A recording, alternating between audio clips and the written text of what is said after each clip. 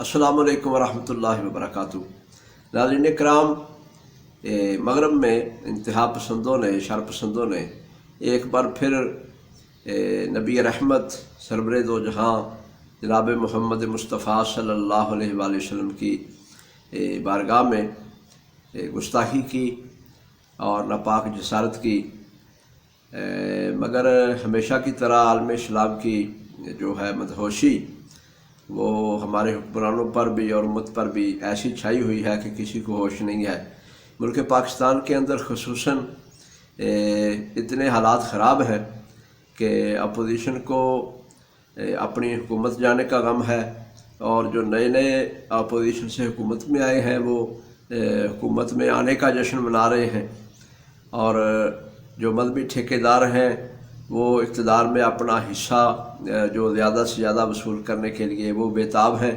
और उनका जो पहला और आखिरी इस वक्त जो कोशिश है सरतोड़ वो ये है कि किसी न किसी तरह वो भी इक़्तिदार के ईवानों में पहुंच जाएं। तो मजहबी ठेकेदार भी बिज़ी हैं, सियासी जमातें हमारी पहले ही मसरूफ़ रहती हैं। अब तो खैर इक़्तिदार में नई बंदरबांट शुरू हो गई है जब से, तो उनको कोई होश नहीं है। तो पाकिस्तान नज़रियाती पार्टी जो कि एक बिल्कुल नई सियासी जमात है, इन्होंने इस गुस्ताखाना अमल पर जो हालैंड में हुआ भरपूर आवाज़ उठाई सरवर अंबिया सल्लल्लाहु अलैहि वसल्लम के लिए, और नबी अलैहिस्सलाम के साथ अपनी मोहब्बत का हक अदा किया।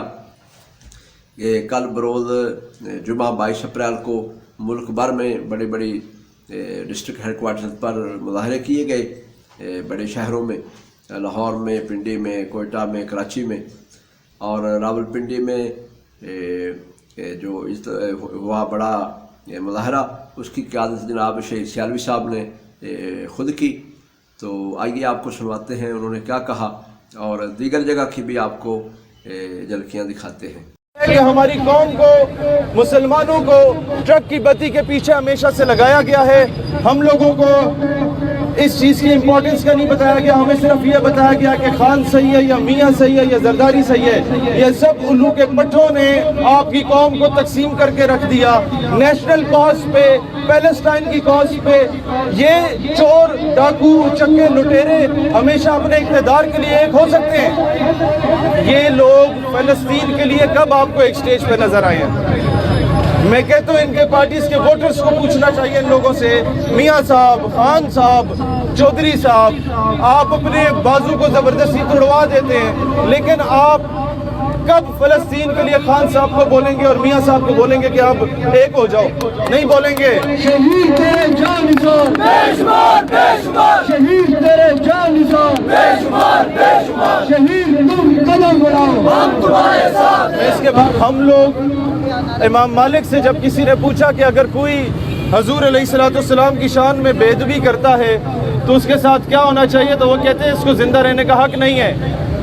फिर पूछा जाता है कि अगर वो जिंदा रहता है तो फिर कहते हैं फिर उम्मत के बाकी रहने का जवाज नहीं रहता। तो दोस्ताने ज़ी वकार, it's the high time to tell the entire world कि ये मुसलमान सोया हुआ है, मरा हुआ नहीं है। ये मुसलमान अब इतना बेगैरत नहीं हो गया कि हजूर की नामूस के मामले पे खामोश बैठा रहे।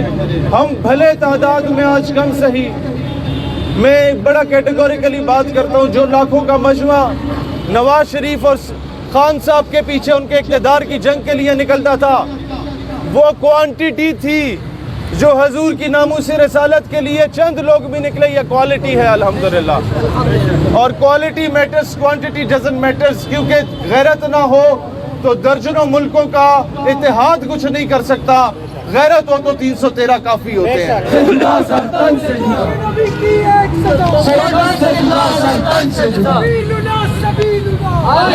आज पाकिस्तान के 82 शहरों में पाकिस्तान नज़रियाती पार्टी ने एहतजाज किया। इंटरनेशनल सतह पे जो लोग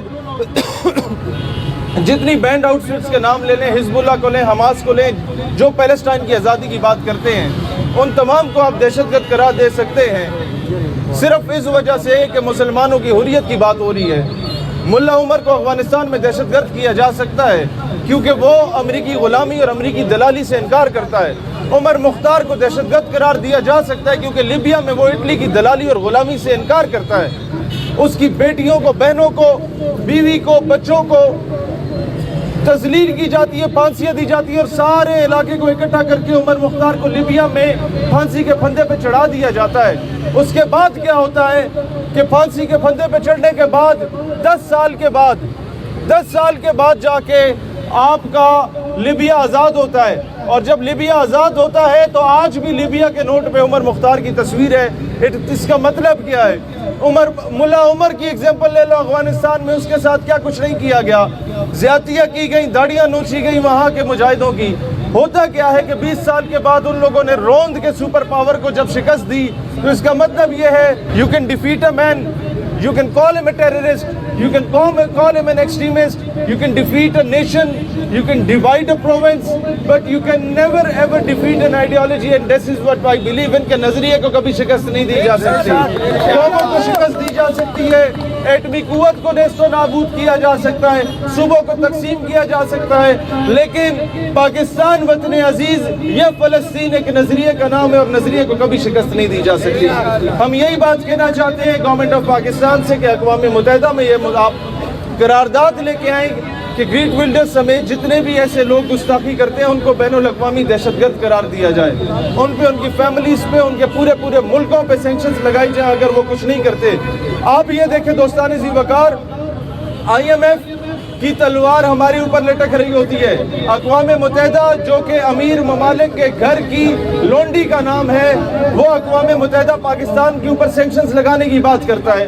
ورلڈ بینک ہم پہ سینکشنز لگانے کی بات کرتا ہے. کیوں؟ کیونکہ آپ کشمیر کی بات کر رہے ہیں، آپ وہاں کے لوگوں کو ڈائریکٹلی یا انڈائریکٹلی فیسیلیٹیٹ کرنے کی بات کر رہے ہیں. جو لوگ اپنی آزادی کی جنگ لڑ رہے ہیں، جو آپ اسلامائزیشن کی تھوڑی سی بات کرتے ہیں تو آپ کے اوپر ڈرایا دھمکایا جاتا ہے. US ایڈ آپ کو ملتی ہے، UK ایڈ ملتی ہے اس بیس پہ کہ جناب آپ لوگ اپنے تعلیمی نصاب سے محمد بن قاسم، ٹیپو سلطان، اہل بیت کرام، صحابہ کرام کی زندگیوں کو نکالنا شروع کر دیں تو آٹومیٹکلی پھر شیکسپیئر، مسٹر چپس، آلیور ٹوسٹ آپ کے نصاب میں ڈالا جاتا ہے. وہ غیروں کو آپ لوگوں کا آئیڈیلائز کرنے کے لیے رکھا جاتا ہے. دوستان ذی وقار، آپ نے آج یہ دیکھنا ہے، دنیا کو بتانا ہے کہ جناب اگر حریت پسندی کا ساتھ دینے میں پاکستان پہ سینکشنز لگ سکتی ہیں تو پھر گستاخوں کو سزا نہ دے کر ہالینڈ پہ سینکشنز کیوں نہیں لگ سکتی؟